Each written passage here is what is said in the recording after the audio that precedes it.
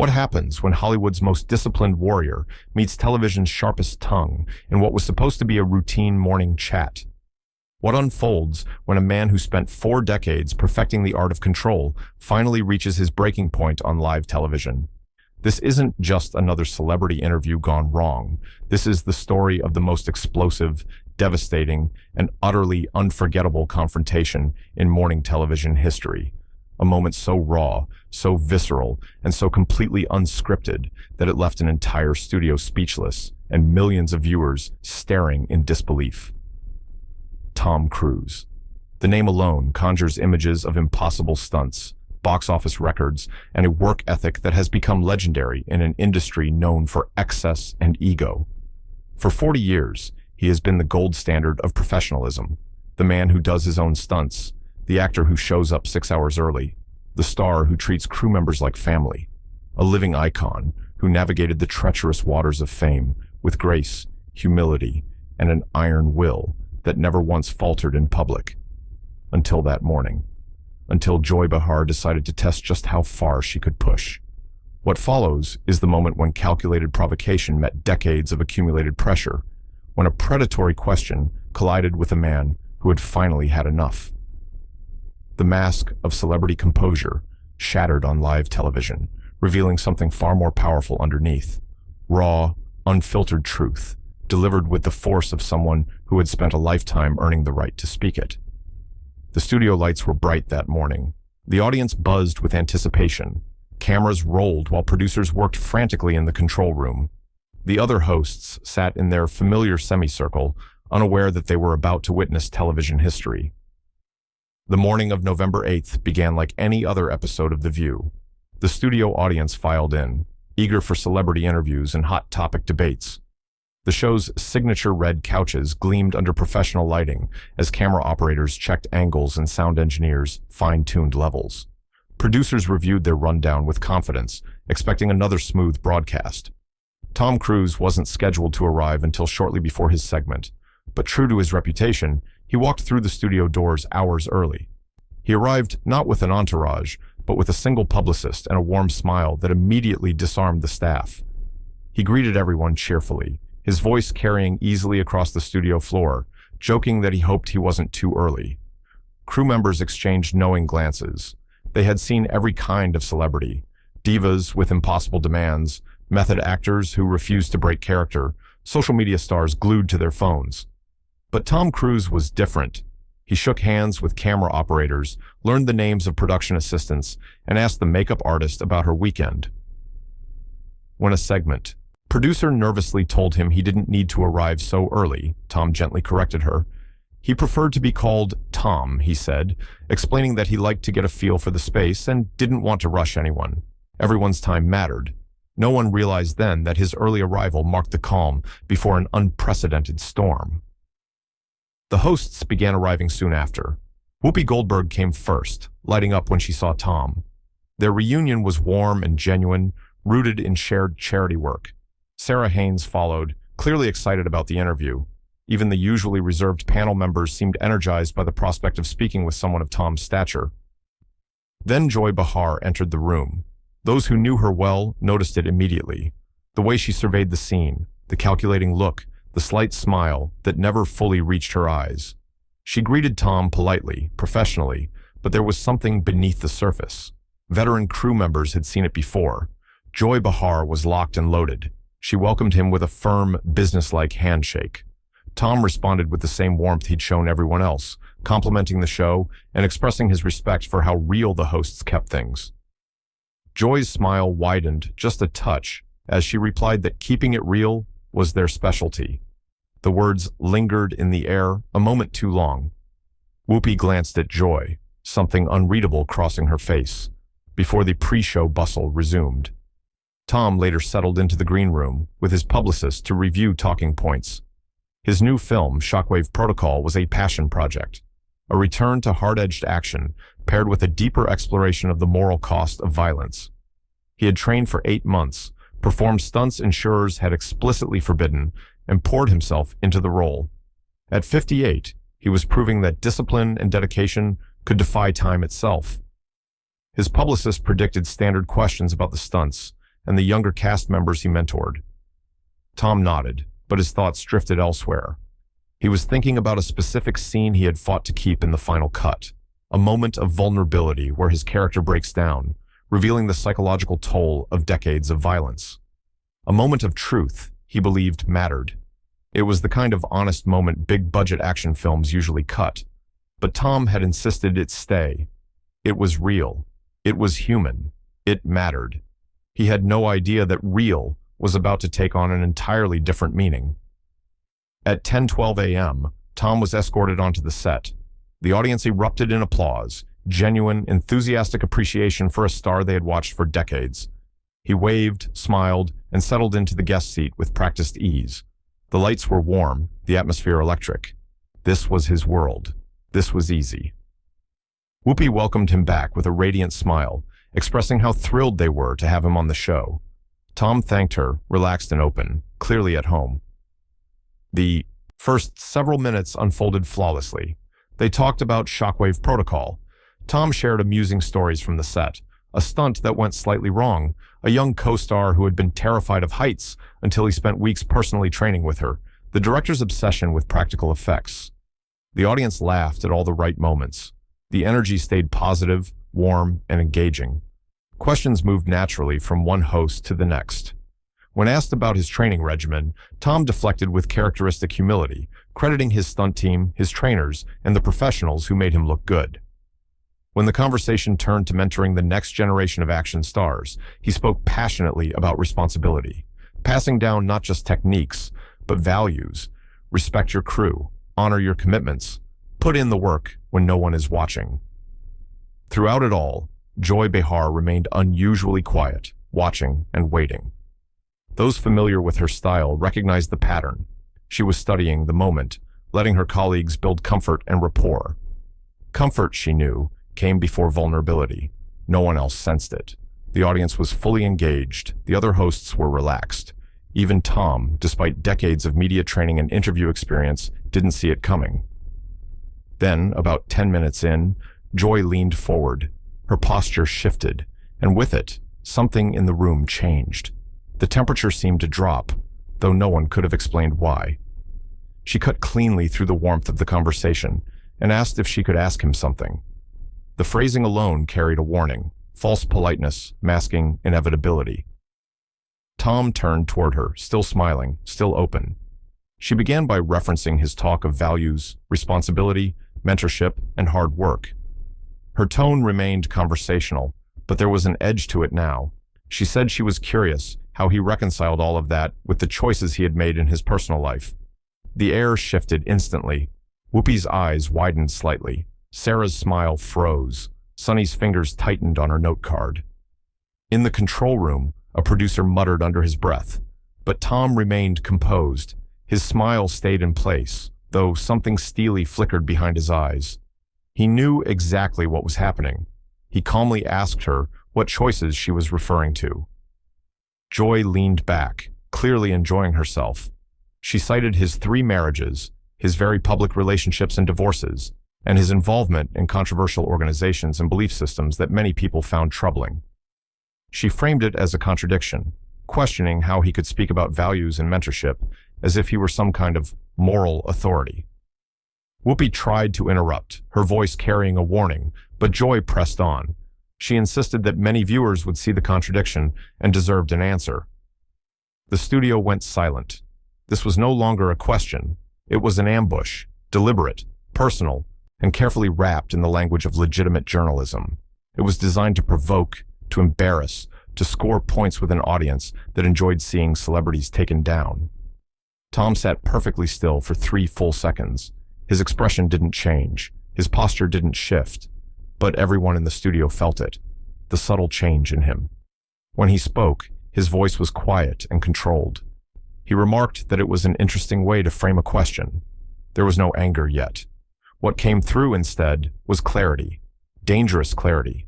The voice of someone who understood exactly what kind of conversation this had become and was calculating his response with precision. Joy pressed further, sensing momentum. She accused him of presenting himself as an example of dedication and professionalism, while claiming his personal life told a different story. 3 marriages, 3 divorces. Not exactly the stability he was selling. Sarah tried to interject, visibly uncomfortable, but Tom stopped her gently. He said it was fine. If Joy wanted to have a conversation about personal life versus professional conduct, he was happy to have it. He shifted slightly in his seat and turned to face Joy more directly. The movement was subtle, but it altered the entire dynamic in the room. This was no longer a casual interview. It had become a confrontation, and Tom Cruise had just accepted the challenge. First, he spoke carefully, his words measured and deliberate. Yes, he said, he had been married 3 times. Each marriage ended for private reasons he had never discussed publicly, not because he had something to hide, but because he respected the people involved too much to turn their pain into entertainment. Then he asked Joy a question of his own. Did she believe someone's marital history disqualified them from having professional integrity? Joy fired back quickly, clearly enjoying the friction. She said she wasn't claiming it disqualified him, only that there was a disconnect between the image he presented and the reality. She accused him of standing there as a moral example. I'm sitting, actually, Tom corrected calmly. There was the faintest edge of steel in his voice. But please, continue. Joy's eyes narrowed. She wasn't used to being interrupted, and she certainly wasn't used to guests pushing back. Most either crumbled under her questioning or retreated into carefully rehearsed deflections. Tom was doing neither, and she could feel her grip on the moment slipping. She pressed harder, abandoning subtlety altogether. She accused him of being involved with an organization many people considered a cult, one with a deeply troubling history. Stop. The word landed quiet but final. Tom's demeanor had fully shifted.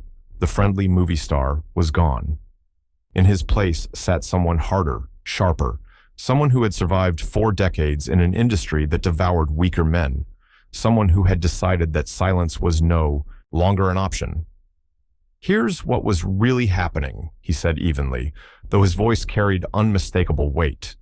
This was not a conversation about professional conduct or personal values. What she was doing, and what everyone watching could see, was an attempt to score points by attacking someone's private life and religious beliefs on live television. He asked her plainly if that was an accurate description. Joy opened her mouth to respond, but Tom continued before she could. If they were going to have that conversation, he said, then they should have it honestly. She wanted to talk about his marriages. Fine. He had been divorced. Each time was painful. Each time he had tried his best, and each time it didn't work out. He had never claimed to be perfect in his personal life, but he showed up to work on time. He treated every person on every set with respect. He had never missed a day of filming because of unprofessional behavior. He had mentored dozens of young actors and stunt performers, many of whom were now thriving in their careers. That was what he stood for. Not perfection, but professionalism. The audience was completely silent. Whoopi and Sarah exchanged uncertain glances, unsure whether to step in or let it unfold. Sunny sat frozen, eyes wide. Joy Behar, seasoned by years of televised combat and convinced of the righteousness of her position, made a fatal tactical mistake. She doubled down. She called his distinction between personal and professional convenient, her skepticism dripping from every word. Then she began to press again about his associations. With what? Tom interrupted calmly. Joy, he said, his voice steady and unmistakably firm. Say it clearly. What organization are you referring to? Tom asked calmly. You know exactly what I'm talking about, Joy replied. I do, Tom said, but I want everyone watching to understand exactly what you're doing here. You're attacking my religious beliefs on live television, in front of millions of people, because it plays well with your audience, because it's easy, because I'm sitting here on your home turf, and you and your producers probably thought this would make great television. His voice hadn't grown louder, but it had sharpened. Every word landed with deliberate precision, each sentence a carefully placed strike. You want to question my professional conduct? He continued. Then show me one person, one crew member, one co-star, one director, who can say I've ever been anything less than committed and respectful on set. 1. You want to discuss my personal life? Fine. But then let's discuss yours too, Joy. Let's talk about everyone's messy divorces, private struggles, and the things we'd all rather keep out of the spotlight. Or we can acknowledge that attacking someone's deepest personal beliefs for entertainment is exactly why people don't trust the media anymore. Joy's face flushed. She was no stranger to televised conflict, but something about Tom's controlled intensity had thrown her off balance. She had expected defensiveness, maybe retreat. Instead, she was facing a calm, methodical dismantling of her approach. "I'm a journalist," she began. "You're a television host," Tom corrected, the edge in his voice now unmistakable. "And that's fine. It's an important job. But let's not pretend this is investigative journalism. This is entertainment television, and you just tried to use someone's personal pain and private beliefs as a weapon. Why?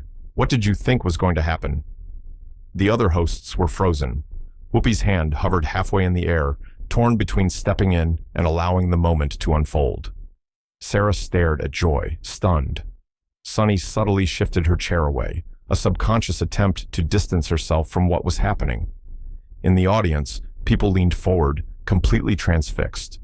This wasn't a celebrity interview anymore. This was real conflict, raw emotion, and real stakes unfolding live. Some faces showed discomfort, others showed satisfaction, as if they had been waiting years to see someone finally stand up to Joy Behar's confrontational style. Sensing she was losing control, Joy softened her tone, trying a different tactic. She insisted she wasn't attacking him, only asking legitimate questions many people had. "No," Tom cut in. His voice dropped to a quiet intensity that carried more power than shouting ever could. "No, Joy. Don't hide behind many people. You don't get to launch personal attacks and then retreat behind the excuse of just asking questions. Own what you're doing. You wanted a moment. You wanted to be the person who finally made me crack. Fine, you got your moment, but understand something." He leaned forward slightly, and the movement itself carried weight. This was a man who had performed death-defying stunts, trained with world-class fighters, and built an empire through discipline and relentless will. All of that focus was now fixed squarely on her. "I've been doing this for 40 years, he said steadily. 40 years of 18-hour days, broken bones, and mastering thousands of skills because I refused to do anything halfway. 40 years of showing up exhausted, injured, and grieving personal losses because I made commitments to people who depend on me. 40 years of watching this industry destroy people with 10 times the talent and half the work ethic." He paused, and the silence was overwhelming. "In all those years," he continued, "I have never compromised my professional standards, not once. You want to judge my personal life? Go ahead. You want to mock my beliefs? That's your right. But do not sit there and imply that my personal choices invalidate everything I've built, everything I've accomplished, everything I've given to this craft. Because that's not journalism, Joy. That's cruelty dressed up as conversation." The words hung in the air like smoke after an explosion. Joy opened her mouth, then closed it. For perhaps the first time in the history of the show, Joy Behar had nothing to say. But Tom wasn't finished. He stood up. The movement was smooth and controlled, but it instantly and irrevocably changed the power dynamic in the room. No longer a guest in their space, he now stood on his feet, claiming his own authority. "You know what the real issue is here?" he said, his voice filling the studio with a force that made even the cameras seem to lean in. "The real issue is that we live in a culture that celebrates tearing people down, that rewards cheap shots and gotcha moments, that turns private pain into public spectacle and calls it entertainment." He shifted slightly, no longer addressing only Joy, but the entire panel, the audience, and the cameras themselves. "I came here today to talk about a film I'm proud of. A film that took 3 years of my life, that employed 300 people, that represents everything I believe cinema can be. And instead, we're talking about my divorces and my religious beliefs. Because somewhere along the way, we decided that the private lives of public figures are fair game for public dissection." Joy tried to interject again, but the confidence was gone from her voice. "Let me finish," Tom said, not loudly, but with such absolute authority that she recoiled slightly. "You want to talk about responsibility?" he continued. "Then let's talk about media responsibility. Let's talk about the responsibility that comes with sitting in that chair with that platform to treat people with basic human decency. To recognize that yes, I'm a celebrity. Yes, I chose a public life. But I'm also a human being with feelings, vulnerabilities, and private pain that I have every right to keep private. His voice began to shake now, not with anger, but with something deeper, a righteous fury built from decades of accumulated frustration, from watching the same tactics used against countless colleagues, from finally reaching the point where silence felt more damaging than speaking out. "You know what I've learned in 40 years?" he said. "I've learned that the people who talk the most about other people's flaws are usually trying to distract from their own. I've learned that cruelty is easy and kindness is hard. I've learned that integrity isn't about never making mistakes. It's about how you handle yourself when you do. And I've learned that at some point, you have to stand up and say enough." The studio was completely silent. Not a cough, not a shuffle, nothing but his voice carrying decades of conviction. "So here's what I'm going to do," he said, reaching up and unfastening his microphone with steady hands. "I'm going to leave, not because I'm running away from a difficult conversation, but because this stopped being a conversation the moment you decided to weaponize my personal life for ratings." Then he turned directly to the main camera. "And I want to say something to the people watching at home," he said, eyes steady, presence magnetic. "If you're struggling with a divorce, questioning your beliefs, or trying to balance private pain with public responsibility, you're not alone. Your mistakes do not define you. A messy personal life does not erase your professional accomplishments, and you deserve better than being reduced to sound bites and scandal by people who have never walked in your shoes." He set the microphone gently on the chair, a small, deliberate gesture heavy with meaning. Then he turned back to Joy one final time. "Joy, I genuinely hope you're proud of this moment. I hope the ratings are worth it. Because this," he said, gesturing to the space between them, "is exactly what's wrong with how we talk to each other in this country. We've forgotten that there are human beings on the other side of our questions. We've forgotten kindness. We've forgotten grace." His voice dropped again to that quiet, dangerous intensity. "But I haven't, and I won't let anyone, not you, not this show, not anyone, make me forget that." Tom Cruise turned and walked toward the studio exit.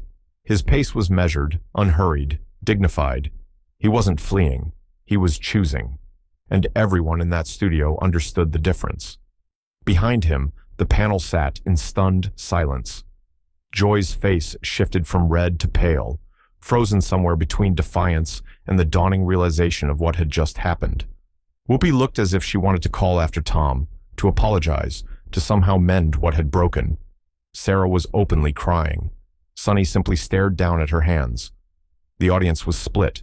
Some sat frozen, mouths open, still processing what they had just witnessed. Others were already reaching for their phones, knowing instinctively that they had seen something that would dominate social media for days. A few began applauding softly, hesitantly at first, then louder, until nearly a third of the audience was on its feet, clapping for a man who had chosen dignity over compliance. Tom reached the studio doors and paused for a brief moment. He glanced back over his shoulder, his eyes sweeping the room one last time. Then, without a word, he pushed through the door and disappeared. The heavy studio door swung shut behind him with a soft but final thud. For 5 full seconds, no one moved. No one spoke. A show built on opinions, debate, and constant commentary was rendered completely silent. Then came the fallout. What began as a routine celebrity interview instantly became a watershed moment in morning television. What was intended as a calculated attempt at controversy instead transformed into a powerful statement about dignity, respect, and the true cost of public life. In the days that followed, the footage went viral. Not just the confrontation itself, but Tom's closing remarks, his calm dismantling of Joy Behar's tactics, and his unwavering defense of basic human decency. Think pieces flooded the internet. Social media debates raged. The clip was shared millions of times with people from every background weighing in on who was right, who was wrong, and what it all meant. That evening, Joy Behar released a statement describing the exchange as a robust conversation between two strong personalities defending her approach as journalism. The statement was widely mocked. Many pointed out that Tom had already explained in painstaking detail why it wasn't journalism at all, and that her defensive framing only reinforced his argument. The other hosts of the show were noticeably quiet in the immediate aftermath. Sarah Haynes later posted a cryptic message on social media. "Some days you witness courage in unexpected places." Tom Cruise didn't issue a statement. He didn't need to. Everything that needed to be said had already been said in that studio. Instead, he returned to promoting Shockwave Protocol, conducting interviews with other outlets, where he was treated with the respect he demanded and received. The film went on to become one of the year's biggest hits, with many crediting the viral Confrontation for drawing attention to a project that showcased not just Tom Cruise, the action star, but Tom Cruise, the artist, the craftsman, the man who believed discipline and dedication could still create something extraordinary. As for The View, the show continued, but something had undeniably shifted. A line had been crossed, and everyone knew it. Joy Behar remained a host, though her questioning style noticeably softened in the weeks that followed. Whether this reflected genuine introspection or simple damage control became its own point of debate. What couldn't be debated was this: Tom Cruise walked into that studio as a movie star and walked out as something more. A symbol of what it looks like when someone finally says enough to a culture of cruelty masquerading as conversation. The confrontation lasted less than 15 minutes, but its impact would linger far longer. Was Tom Cruise right to walk out? Did Joy Behar cross a line? Or was she simply doing her job? Was it a triumph of personal dignity over media aggression, or a celebrity using his platform to avoid scrutiny? The answers, like most meaningful questions, aren't simple. But one thing became crystal clear that November morning. Sometimes, the most powerful thing you can do is stand up, speak your truth, and walk away with your integrity intact. Tom Cruise did exactly that, and in doing so, reminded everyone what real strength looks like.